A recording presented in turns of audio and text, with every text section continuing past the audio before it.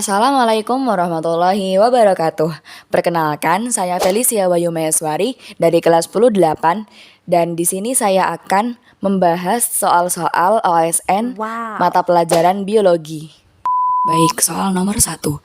Selain menghasilkan mRNA yang dapat ditranslasi menjadi polipeptida, transkripsi pada eukariot juga menghasilkan berbagai jenis RNA struktural dan fungsional. Misalnya tRNA berbagai jenis small RNAs dan rRNA seperti ditunjukkan pada gambar berikut. Tentukan apakah pernyataan berikut benar atau salah. Baik, pada pernyataan pertama, aktivitas peptidil transferase pada ribosom dihasilkan dari rRNA. Itu pernyataan yang benar. Dan yang kedua, tipe RNA polimerase yang mensintesis molekul 45S prekursor rRNA adalah sama dengan RNA polimerase yang mensintesis mRNA. Itu pernyataan yang salah. Dan yang ketiga, skema di atas menunjukkan bahwa molekul 45S prekursor rRNA mengalami proses splicing. Itu juga salah. Dan yang terakhir, terdapat penambahan kepala 5 guanosin dan ekor poli A pada proses di atas hanya saja tidak ditunjukkan pada gambar. Itu pernyataan yang salah. Kita lanjut ke soal nomor 2. Wow.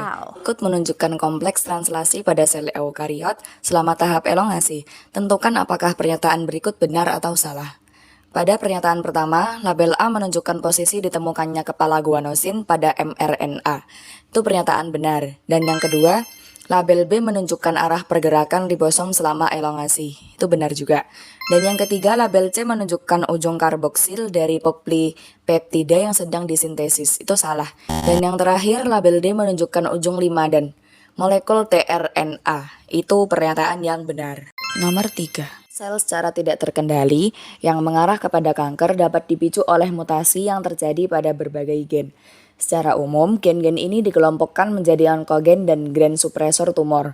Tentukan apakah pernyataan berikut benar atau salah mengenai kedua gen tersebut pada individu normal. Untuk pilihan jawaban pertama, mutasi pada satu salinan dari suatu onkogen sudah cukup untuk mengarahkan sel menuju kanker. Itu jawaban yang benar. Dan yang kedua, dibutuhkan mutasi pada kedua salinan dari suatu onkogen di dalam sel yang sama sebelum sel mengarah kepada kanker. Itu salah. Dan yang ketiga, dibutuhkan mutasi pada satu salinan dari suatu gen supresor tumor pada suatu sel dan mutasi pada salinan lainnya dari gen yang sama pada sel lainnya agar kanker dapat berkembang. Itu pernyataan yang salah. Dan yang terakhir, dibutuhkan mutasi pada kedua salinan dari suatu gen supresor tumor pada suatu sel sebelum sel mengarah. Soal nomor 4. Anemia sel sabit disebabkan oleh mutasi titik pada gen hemoglobin yang menghasilkan substitusi dari satu asam amino pada peptida B globin dan hemoglobin. Tentukan apakah metode berikut dapat digunakan atau tidak dapat digunakan dengan akurat untuk mendeteksi kedua alel tersebut pada individu normal. Untuk pilihan jawaban pertama, isolasi DNA dari leukosit yang dilanjutkan dengan analisis Southern Burn untuk mendeteksi ukuran ekson gen globin. Itu pernyataan yang salah. Dan yang kedua, isolasi DNA dari leukosit dilanjutkan dengan sequencing DNA dari intron gen globin. Itu pernyataan salah. Dan yang ketiga, isolasi DNA dari leukosit dilanjutkan dengan amplifikasi PCR dan hibridisasi dalam kurung ASO. Itu pernyataan yang benar. Dan yang terakhir, analisis western blot dari ekstrak sel darah merah. Itu pernyataan yang salah. Kita lanjut ke soal nomor 5. Berikut ini adalah kurva yang menunjukkan hubungan antara aktivitas relatif enzim dengan konsentrasi ligan inhibitor untuk suatu enzim allosterik dengan subunit tunggal dan multisubunit 2 dan 4 subunit. Tentukan apakah pernyataan berikut benar atau salah.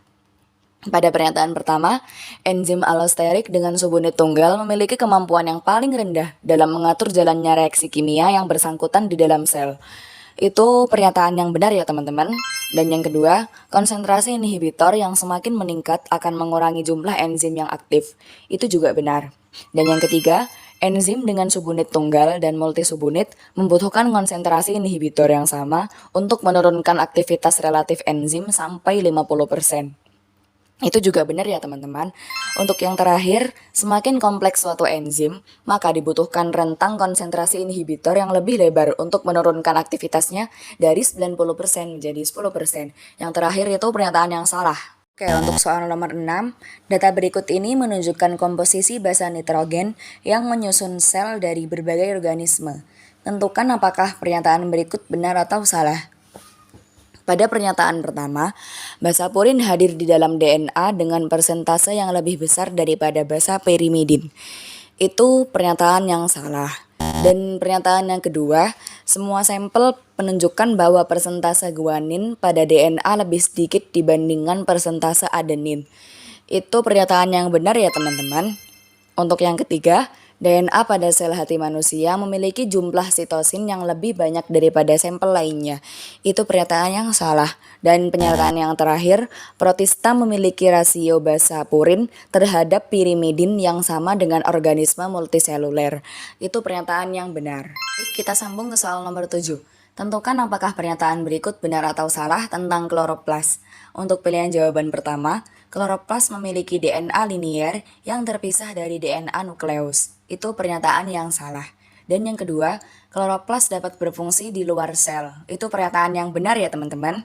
Dan yang ketiga, kloroplas memiliki ribosom sendiri dengan ukuran yang sama dengan ribosom pada sitosol.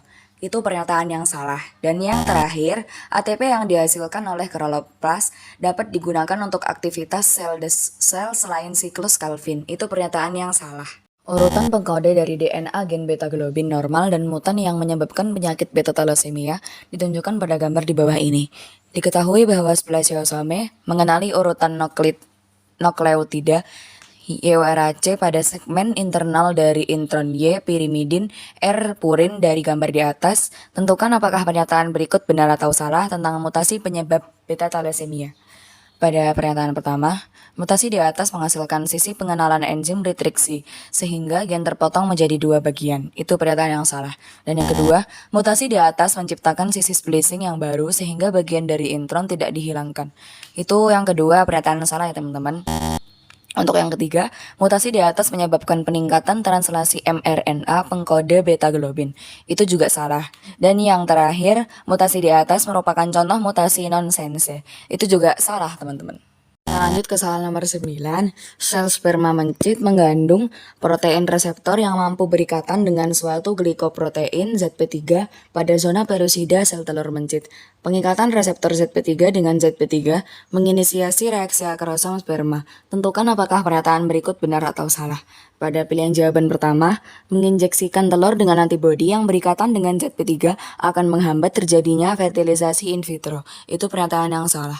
Dan yang kedua, menginkubasi sperma dengan ZP3 yang murni sebelum mencampurkannya sperma dengan sel telur akan menghambat fertilisasi in vitro. Yang kedua itu benar. Dan yang ketiga, percobaan imobilasi protein dengan cara melapisi manik-manik sintesis dengan glikoprotein yang berbeda yaitu ZP2 menyebabkan kegagalan agregasi sperma pada manik-manik. Yang ketiga itu benar ya teman-teman.